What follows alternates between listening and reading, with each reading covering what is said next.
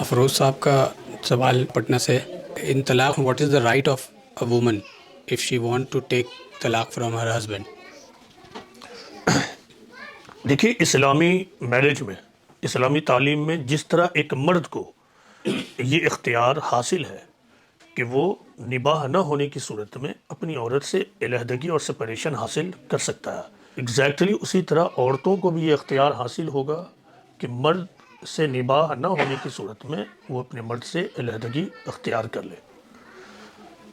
جو اختیار اس معاملے میں مرد کو طلاق کی صورت میں دیا گیا ہے، وہی اختیار عورت کو خلا اور تفویض طلاق کی صورت میں ہے۔ بس فرق یہ ہے کہ مرد خود سے اسٹیپ لے سکتا ہے، عورت اس معاملے میں قاضی کے پاس جائے گی۔ ایسا کیوں ہے؟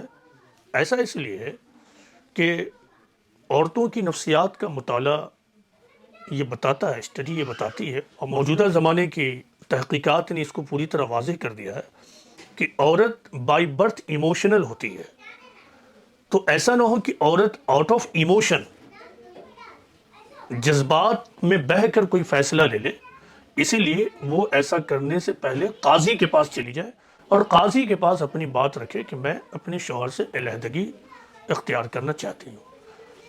اب قاضی اس معاملے میں بیچ میں آ کر معاملے کو سمجھ کر وہ اپنی سوچ کے مطابق فیصلہ دے دے گا۔ وہ عورت کو ٹھیک اسی طرح جس طرح طلاق کی صورت میں مرد کو آدمی کنونس کرتا، قاضی خلا کی صورت میں عورت کو کنونس کرنے کی کوشش کرے گا۔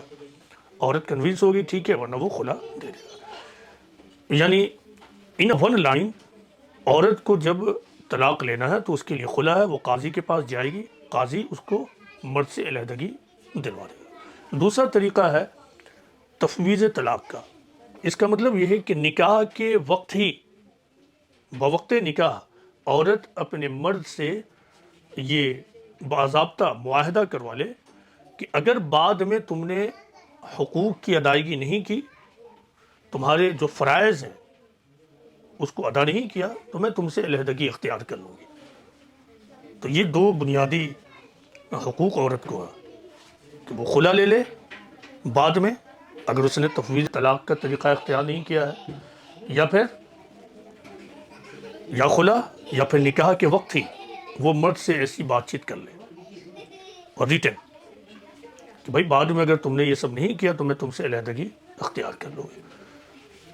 یہ طریقہ اس وقت پھر اس کو قاضی کے پاس جانے کی ضرورت نہیں ہے؟ نہیں، چونکہ پہلے ہی معاہدہ ہو چکا ہے، پہلے ہی ساری باتیں ہو چکی ہیں، تو اب قاضی کے پاس جانے کی ضرورت نہیں ہے۔ بقیہ اسٹیپ لینے سے پہلے جو نصیحت مردوں کو ہے کہ پہلے تم سمجھاؤ بجھاؤ، تھوڑا عورت سے ڈسٹینس بنا لو، تو وہ اس کو بھی ہے، عورت کو بھی ہے کہ وہ مرد کو کنوینس کرنے کی صورت کرے کہ تم کیوں ایسا کر رہے ہو، یعنی جو سمجھا سکتی وہ سمجھائے، وہ تھوڑی علیحدگی اختیار کرے۔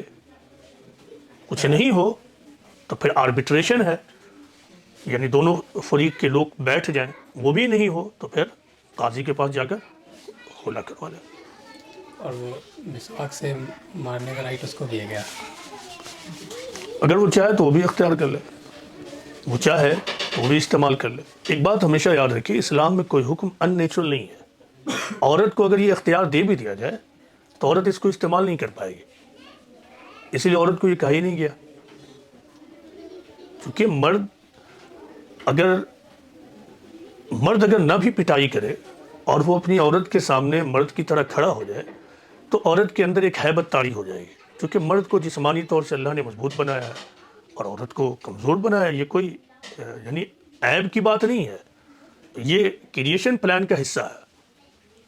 تو عورت کو اگر یہ اختیار دے بھی دیا جاتا تو عورت بیچاری استعمال ہی نہیں کرتی، اسی لیے اس کو کیا، فوراً جاؤ قاضی کے پاس، اگر تمہارا مرد بدمعاش ہے تو اس سے خلا لے لو۔